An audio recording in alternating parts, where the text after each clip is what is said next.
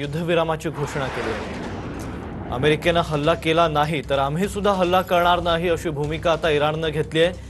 इराणी सैन्याच्या संवादानंतर हॉर्मुझ खोलण्याची शक्यता असल्याचं अराघची म्हणतात।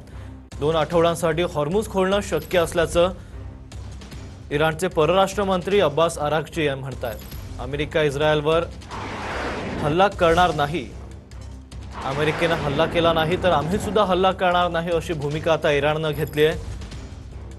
अमेरिका इस्रायलवर हा ऐतिहासिक विजय असल्याचं इराणचं म्हणणं आहे। 2 आठवड्यांसाठी हॉर्मुझ खोलणं शक्य असल्याचं अराघची म्हणतात।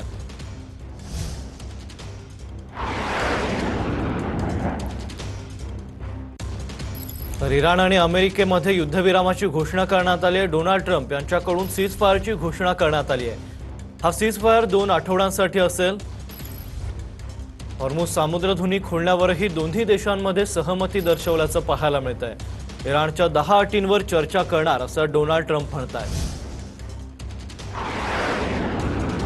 इराण आणि अमेरिका संघर्षात आता युद्धविराम पाहायला मिळतोय। 2 आठवड्यांसाठी हा युद्धविराम असेल। डोनाल्ड ट्रम्प यांच्याकडून सीज फायरची घोषणा करण्यात आली आहे। हा सीज फायर 2 आठवड्यांसाठी असेल। तर निवृत्त ब्रिगेडियर हेमंत महाजन आपल्यासोबत जोडले गेलेत।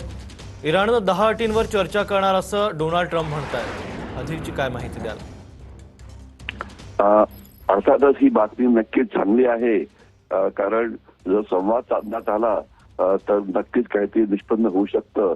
आणि बहुतेक त्या डोनाल्ड ट्रम्प यांना पण कळालेलं आहे की ज्या प्रकारे युद्ध चालवत आहेत तर त्याप्रमाणे त्यांचा इराणचा पराभव करता येणं हे जवळजवळ इम्पॉसिबल आहे। म्हणून ते आता वाटाघाटीच्या बाबीविषयी बोलायला तयार झालेले आहेत। आणि 2 आठवडे जो सीज फायर झाला तर त्याच्यामध्ये म्हणजे पुष्कळ गोष्टींवर ते चर्चा करता येईल आणि एखाद्या वेळेस शांतता निर्माण होईल। अशा प्रकारे दोन्ही बाजू जर त्यांनी जर एक पाऊल मागे घेतलं तर काही विषयावरती चर्चा करून वाटाघाटी करून हा संघर्ष जो आहे हा नक्कीच थांबवता येईल। तर मला वाटतं ही अतिशय चांगली बातमी आहे आणि खास तर भारताच्या दृष्टीने नक्कीच चांगली बातमी आहे, कारण आपल्याला जे तेल मिळतं ते सर्वात स्वस्त तेल आणि गॅस हा आपल्याला गल्फ ऑफ हॉर्मुझ मधून मिळतो। तर त्याच्यामुळे आपल्याला नक्कीच फायदा होईल। तर आशा करूया की या वाटाघाटी सुरू होतील आणि पुढे शांतता निर्माण होईल। 2 आठवडे तर होणारच आहे, परंतु शक्य झालं तर कायमची शांतता निर्माण झाली तर नक्कीच ही भारताकरता आणि जगाकरता सुद्धा एक अत्यंत चांगली अशी बातमी आहे। नक्कीच। तर सीज फायरच्या घोषणेनंतरही इराणनं इस्रायलवर हल्ला केल्याची माहिती आता समोर येते। त्याचे पुढील काही परिणाम होतील का?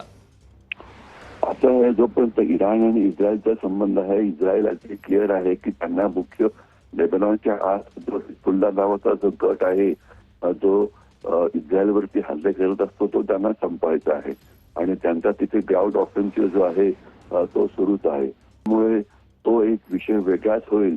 त्याला आपल्याला एखाद्या वेळेस हॉर्मुझशी जोडता येणार नाही, परंतु जर शक्य झालं आणि तिथे पण जर शांतता निर्माण झाली तर ते अजून जास्त चांगलं होईल। तर बघूया नेमकं काय होतंय ते। नक्कीच धन्यवाद तुम्ही दिलेल्या प्रतिक्रियेबाबत।